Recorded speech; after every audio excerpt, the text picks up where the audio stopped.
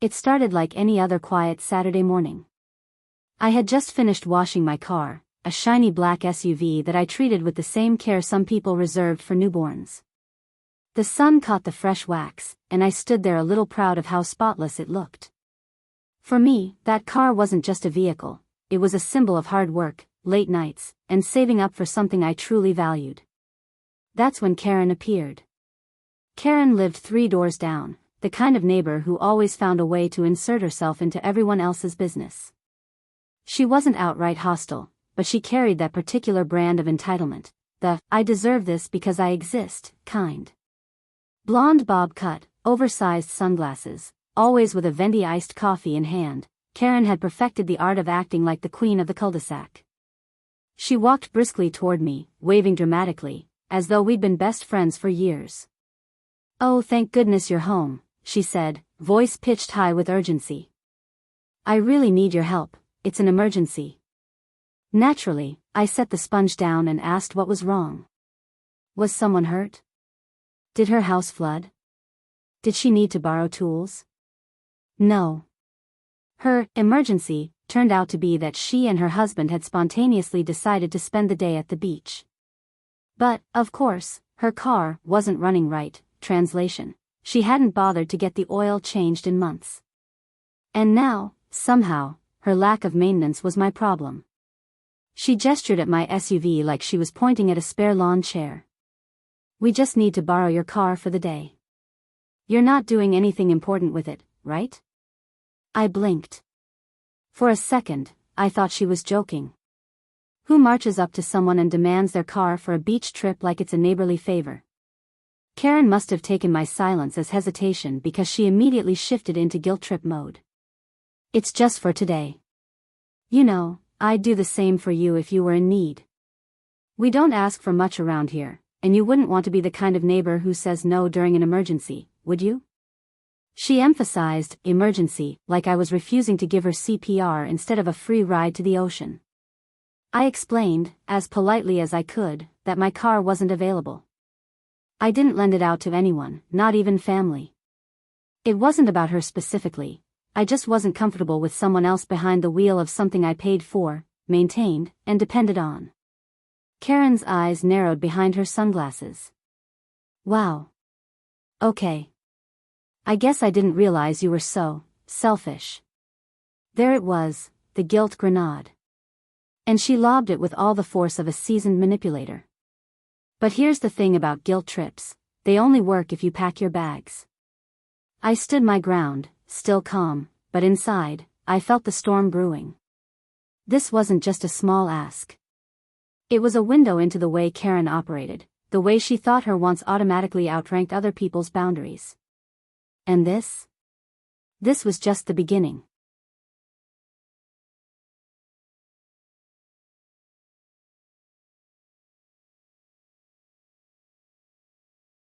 Karen didn't take my refusal as the end of the conversation. No, if anything, it was her cue to ramp things up. She crossed her arms, tilted her head, and gave me that look people give when they think they've caught you in some moral failing. "Really?" she said, dragging the word out. "You're just going to sit here with your car in the driveway all day while we suffer? Do you know how hard my husband's been working? He deserves a break. And now, because of you, we can't even get to the beach." She said it loud enough that anyone within 3 houses could hear. Classic Karen move, turn the conversation into a public spectacle, as though peer pressure would force me to cave. I kept my cool.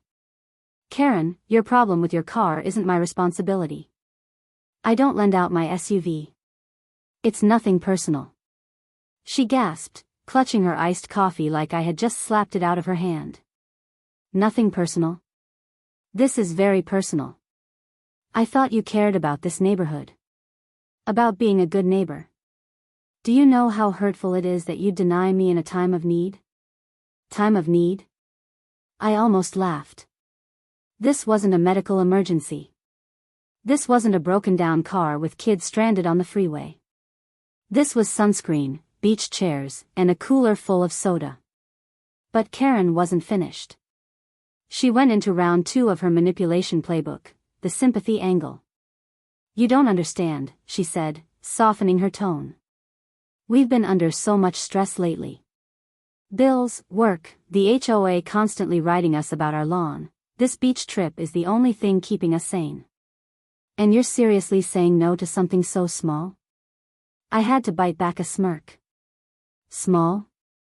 Letting someone take your car without insurance coverage or trust is not small. That's thousands of dollars of liability, not to mention peace of mind. Still, Karen kept talking, weaving a whole soap opera about how life had been unfair to her, how this one act of kindness could restore her faith in humanity. She even threw in, if the roles were reversed, I'd help you without thinking twice. I raised an eyebrow. This was the same woman who once refused to lend her leaf blower to another neighbor because it might get dirty. The contradiction didn't seem to bother her, though. Karen thrived on saying whatever she thought might wear you down in the moment. When that didn't work, she pivoted again, straight into round 3, the guilt and threat combo. Well, fine, she snapped, the sugary tone gone. I guess some people don't understand the meaning of community. But don't be surprised when word gets around that you're the kind of person who lets your neighbors down. Don't come crying to me when you need something. And there it was, the HOA neighborhood blackmail. She wanted me to imagine the stares, the whispers, the pointed comments at the next block meeting. She wanted me to feel cornered, ashamed. But instead of guilt, all I felt was clarity. I wasn't dealing with someone asking for help. I was dealing with someone demanding entitlement. There's a big difference. I smiled politely. I'll take my chances, Karen. The way her jaw dropped, you'd think I'd just canceled Christmas. And as she stormed off down the driveway, muttering under her breath about selfish people, I had the distinct feeling this wasn't over. Karen wasn't the type to walk away and lick her wounds quietly. No, she was already plotting her next move. The beach trip might have been off the table, but in her mind, the real game had just begun. Karen didn't waste much time licking her wounds. By Monday morning, the fallout from our little driveway standoff had already spread through the neighborhood like wildfire. And, of course, the source of the gossip was none other than Karen herself. I noticed it when Mr. Alvarez from across the street gave me a puzzled look while walking his dog.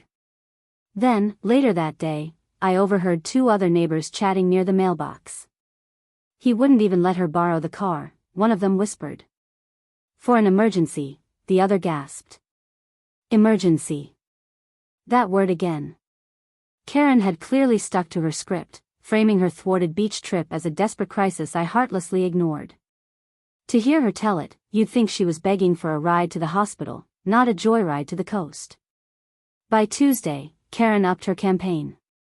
She took to the HOA community Facebook group, the digital coliseum where neighbors waged war with passive-aggressive posts and thinly veiled complaints.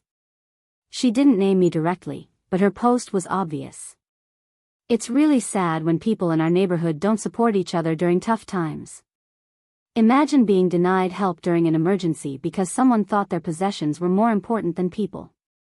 This isn't the kind of community I thought we lived in. Within minutes, comments poured in. Some sympathized, others asked for clarification, and a few, who clearly knew Karen's history, responded with skeptical emojis. I stayed quiet. Feeding into her drama would only give her more ammunition. But Karen wasn't content with online shade. Oh no, she needed a grand gesture. That Friday evening, as I was pulling into my driveway after work, I saw it. Karen had set up a garage sale on her lawn.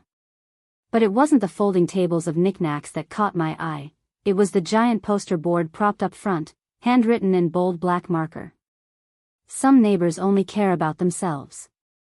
Don't be that neighbor. Share what you have.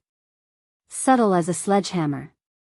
As people browsed her mismatched furniture and old clothes, she made sure to retell her version of the car emergency to anyone who would listen. I heard snippets as I unloaded groceries. We were stranded, can you believe it? He just stood there polishing his car while we begged. People like that shouldn't even live here. But here's where Karen's plans started to unravel. Because not everyone bought into her story.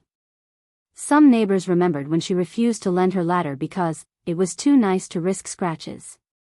Others recalled how she once borrowed a lawn mower from the Hendersons and returned it with a cracked blade, then denied it was her fault. And then came the kicker, her husband. By Sunday, word had gotten around that her car wasn't broken at all. In fact, several people had seen her husband driving it around town all week just fine. Turns out, the real reason they wanted my SUV was simple: it had more space, better air conditioning, and looked flashier for their little beach getaway. When that truth came out, the tide turned fast. What started as a whisper campaign against me backfired spectacularly on her. Instead of shaming me, Karen ended up exposing herself as manipulative, dishonest, and entitled. The final blow came during the next HOA meeting. She tried, once again, to bring up the lack of community support, but Mr. Alvarez cut her off with a dry chuckle. Karen, an emergency is when someone's in danger. Not when you want to tan at the beach. Let's move on. The laughter that rippled through the room was the kind of sound you can't recover from. Karen's face turned crimson as she sank back in her chair, muttering something about people not understanding. Her attempt at retaliation had blown up in her face. Instead of painting me as the villain, she'd crowned herself the neighborhood Karen in shining, entitled glory.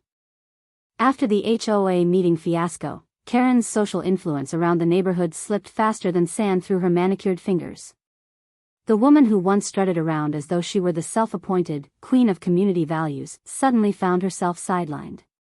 Where she used to host gossip huddles on her driveway, now neighbors politely waved from a distance but rarely stopped to chat. Where she once flooded the HOA Facebook group with thinly veiled complaints, her posts were now met with silence, or worse, sarcastic comments she couldn't quite clap back at. And me? For the first time since moving into that neighborhood, I actually felt a strange sense of peace. The stress of her manipulative antics had dissolved into something almost amusing. The best part? I didn't have to lift a finger.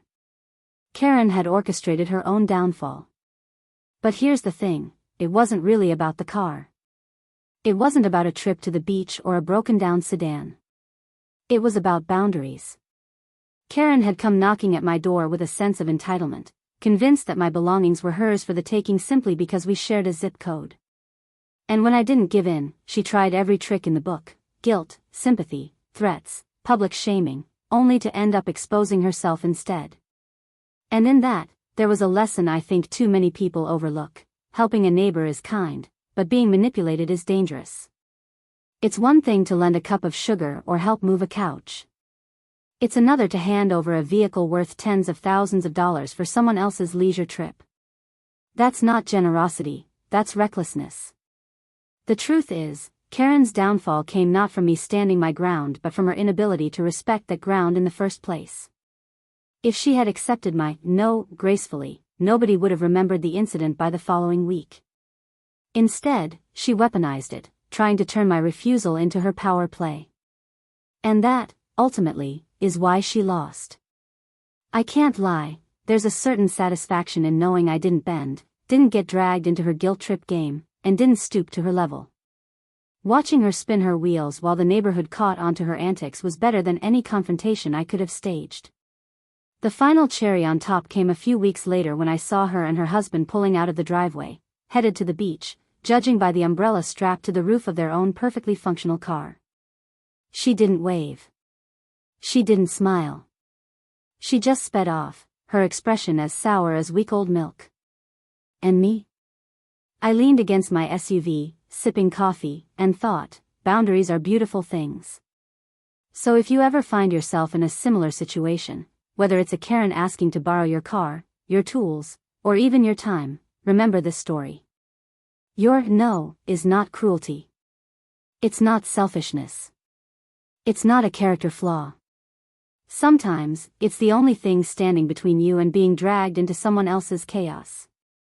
Because when you stand firm on your boundaries, you don't just protect your property. You protect your peace.